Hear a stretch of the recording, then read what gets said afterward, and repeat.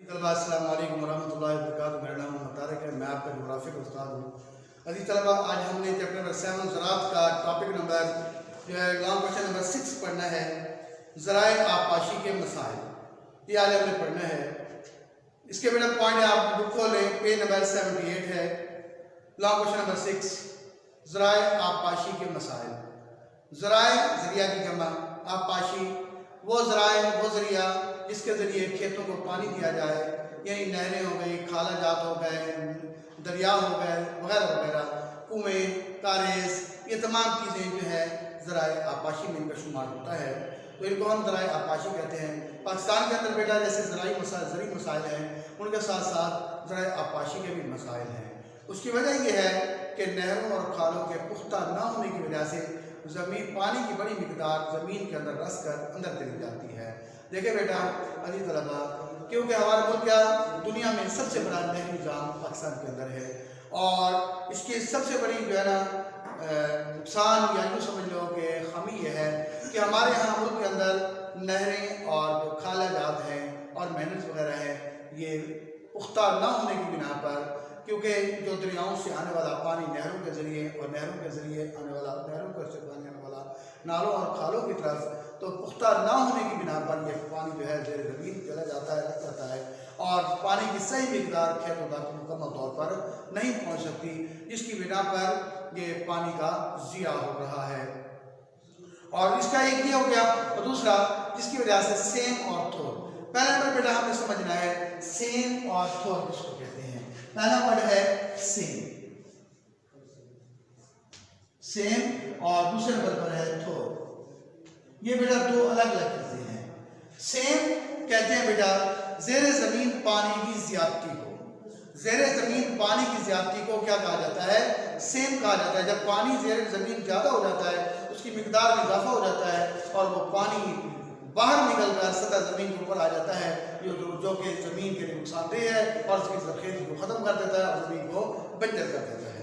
और थोर इसके मुकाबले में ज़ेरे ज़मीन पानी का गहराई में चले जाना, कम हो जाना, खुश्क हो जाना, ये भी ज़मीन के लिए ज़रख़ेज़ी के लिए नुकसानदेह है, और ज़मीन जो है इसकी वजह से सख्त हो जाती है और वो काबिल काश्त नहीं रहती। तो जिसकी बिना पर ये सेम और थोर क्या है का मसला जन्म लेता है, यानी नहरों और खालों के कच्चे होने की बिना पर सेम और थोर का मसला जन्म लेता है। सेम थोर से फसलों को नुकसान पहुँचता है। अब आते हैं पॉइंट नंबर 2। देखें अजीज तलबा, हमारे पास पानी ज़ख़ीरा करने का कोई बंदोबस्त नहीं, यानी हमारे मुल्क को अल्लाह ताला ने कुदरती तौर पर बहुत सी दौलत से मालामाल किया है। हमारे पाकिस्तान की जो ज़मीन है, कुदरती ज़मीन, तभी ज़मीन जो है वो मुख्तलिफ हिस्सों में तकसीम है। पहाड़ी इलाका जात भी हैं और सहरा भी हैं और मैदानी इलाके भी हैं। तो जो हमारे पहाड़ी इलाके जाते हैं, शुमारी इलाके जात, वहाँ बर्फ़बारी होती है और बर्फ़बारी की वजह से ग्लेशियर बन जाते हैं, और जब मौसम गर्मा पड़ता है तो गर्मी की वजह से वो ग्लेशियर पिघलते हैं और उनका पानी झीलों के ज़रिए होता हुआ मुख्तलिफ नदी नालों से होता हुआ दरियाओं में गिरता है, और दरियाओं से फिर बहुत समंदर की नज़र हो रहा है। अगर हमारे मुल्क में उस पानी को स्टोर करने के लिए, ज़ख़ीरा करने के लिए डैम बना दिए जाएँ, तो यही पानी जो हर साल सब काफ़ी मिकदार में समंदर की नज़र हो जाता है, तो हम उसको ज़ख़ीरा करके हम अपनी फसलों के लिए, आबियारी के लिए और आबपाशी के लिए उसको इस्तेमाल कर सकते हैं, और उससे हम खातिर खा जो है ना जो है इजाफा करके अपनी फसल में प्रॉफिट हासिल कर सकते हैं। जैसे दरियाओं और बारिशों के पानी की बड़ी मिकदार कहाँ चली जाती है? समंदर में चली जाती है। नंबर 3, कच्चे खालों की सफाई और नहरों की भल सफाई मुनासिब वक्त पर न होने की वजह से पानी आखिरी टेल तक नहीं पहुंचता, जिसकी वजह से बेटा, क्योंकि ये जो दरियाओं में पानी है, दरियाओं का पानी ये अपने साथ जब चलता है तो अपने साथ मिट्टी को लेकर चलता है। यूँ सारा साल चलते चलते नहरों के अंदर वो पानी, फिर मिट्टी वो बैठ जाती है तहों के अंदर, और जिसको हम भल कहते हैं। अगर उसकी सालाना तौर पर भल सफाई ना की जाए नहरों की और खालों की, तो उसकी वजह से क्या होता है, उसमें पानी का बहाव में कमी आ जाती है, और जब टेल तक यानी आखिर तक जहाँ खेत तक जहाँ पानी पहुँचना चाहिए वो पानी सही मिकदार में नहीं पहुँच सकता।